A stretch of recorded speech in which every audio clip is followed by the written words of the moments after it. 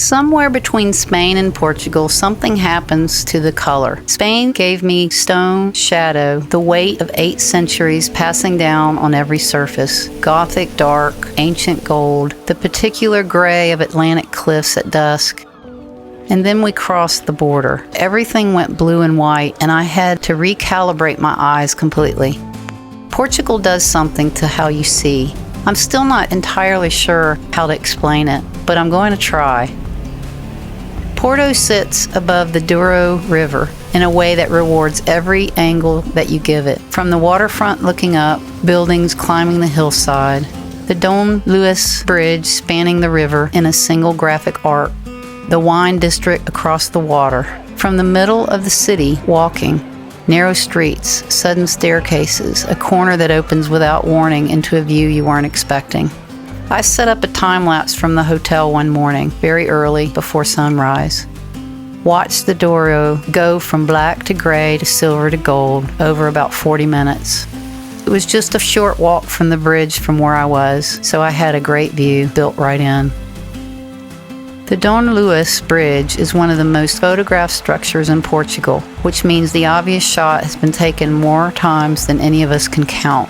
The way to find something different is using timing as an advantage. The hour after sunrise or before sunset is when the light is soft and warm. The sky still has color that it holds. There's a brief window where the remaining natural light balances perfectly. That window is everything. Set your position beforehand and wait for it. That's the golden hour.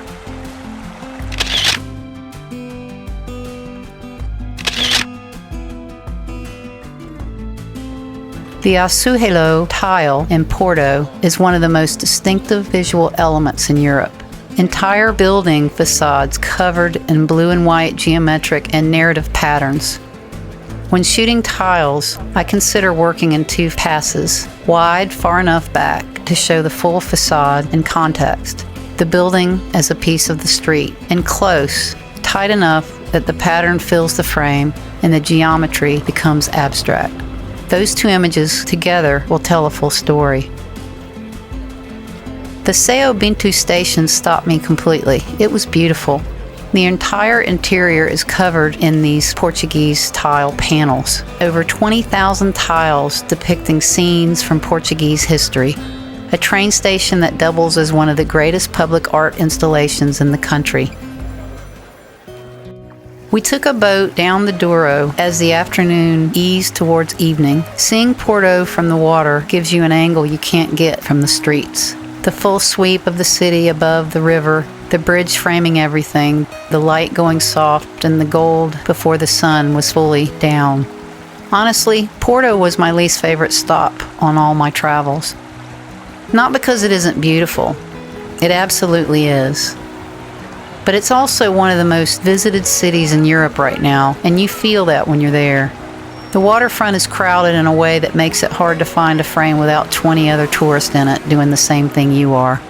I was working most of the time I was there, so I didn't get to do much beyond walking and shooting. No wine tasting, no long lingering meals. Just the streets, the river, and whatever else showed up. What saved the food experience was the small family-owned restaurant on the side street just down from the hotel I was staying in. It wasn't a heavily visited tourist spot, just good food made by good people who clearly cared about it. That's almost always where the real meal is and where the locals are. As we explored Porto with a guide, he pointed out when we were on the bus one of the most famous bookstores that we passed by. He explained that J.K. Rowling lived in Porto in the early 1990s and reportedly drew inspiration from it while writing Harry Potter.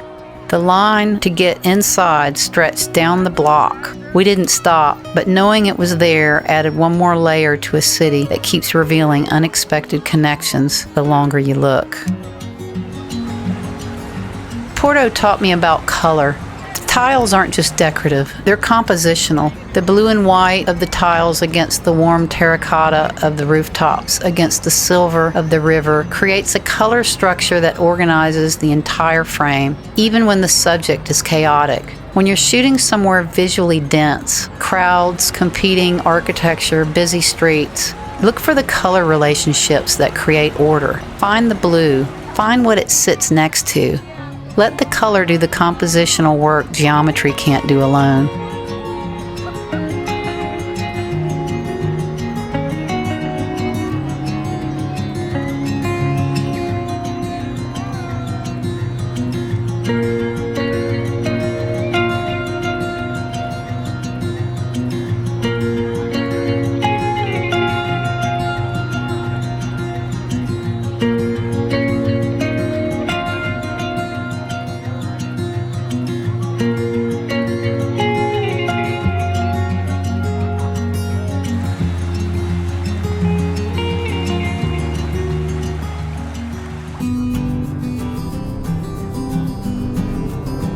Three hours south, the whole visual language changed again.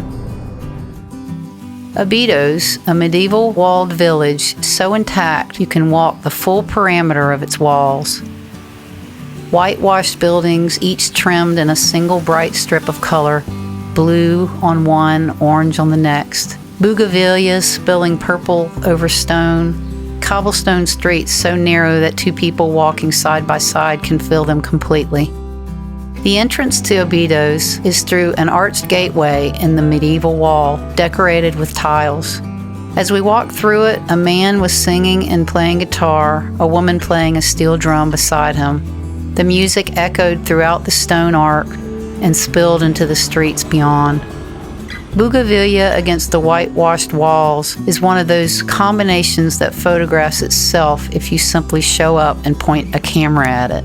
The purple against the white is so high contrast and naturally beautiful that your only real job is not to overcomplicate it. Go close and fill the frame with the flower in the wall and nothing else. Or go wide and let the cascade of colors show the scale of it against the building. Don't try to complicate the shot.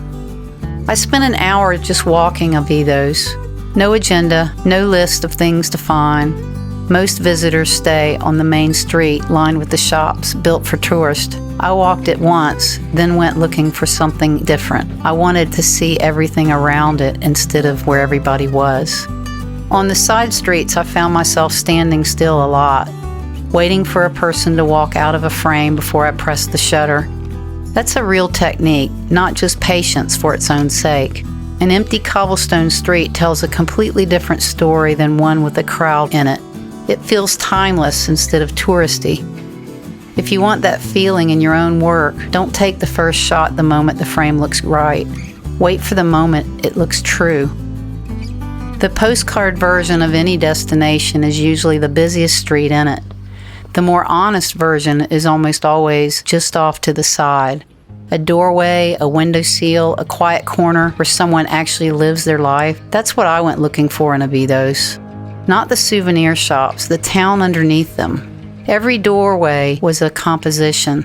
Every window had something happening in the light above it. I took more images in Óbidos in 1 hour than I took in Porto in 2 days. That's not a criticism of Porto. It's just what happens when a place is the right size for a photographer to actually see it. I didn't go inside Igreja de Santa Maria. I only had time for one shot of the exterior. This church has been at the center of Óbidos since the town was reclaimed in the 12th century and for centuries afterwards. Óbidos was traditionally gifted by Portuguese kings to their queens. A whole town was given as a wedding present. A child king was even married inside these walls in the 1400s.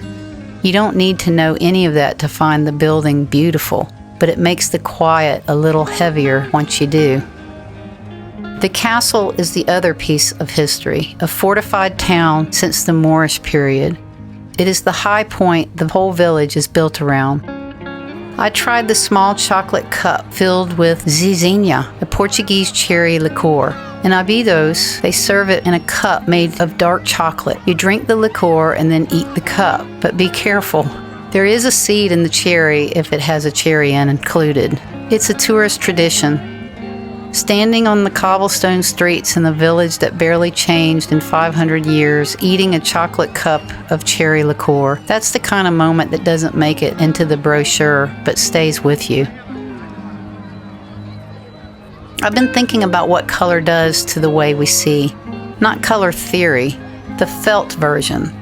Spain trained my eye for the weight of shadows and drama of ancient stone. Portugal handed me blue and white and violet and a single stripe of color on a whitewashed wall, and I had to learn to see all over again. That's what travel does to an artist, if you let it. It doesn't just give you new subjects, it gives you new eyes. Óbidos especially asked me to slow down and wait for the empty street, the quiet corner, the version of the town that wasn't performing for anyone. That's not just a photography lesson.